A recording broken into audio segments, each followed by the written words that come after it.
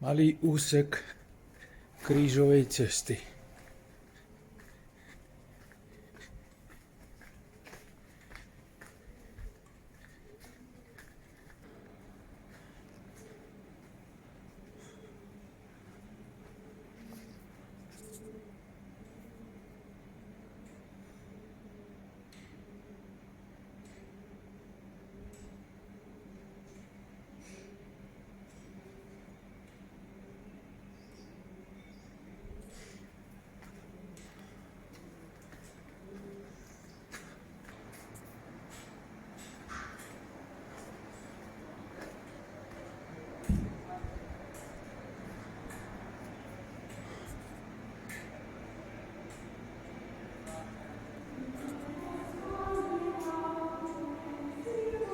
S najväčšou pravdepodobnosťou Ježiš prešiel touto bránou.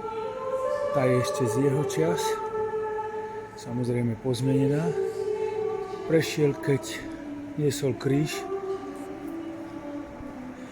a išiel na miesto svojho popraviska. No a to miesto sa v Novom zákone nazýva Golgota. A v histórii postupne tam boli stavané najprv rímsky chrám proti kresťanom, ale potom bazilika svätého hrobu. Väža nie je kompletná, lebo zrútila sa z časti pri zemetrasení.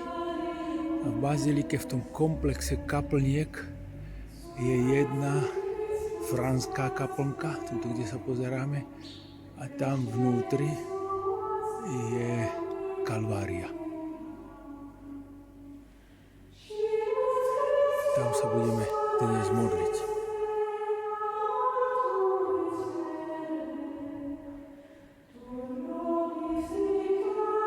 A to priamo nedaleko od miesta ľaľadu Kalvárie, kde bol kríž postavený.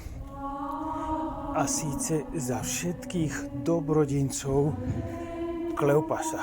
Za tých, čo dali i 2%, ale za tých, čo nás neustále podporujú aj modlitbami.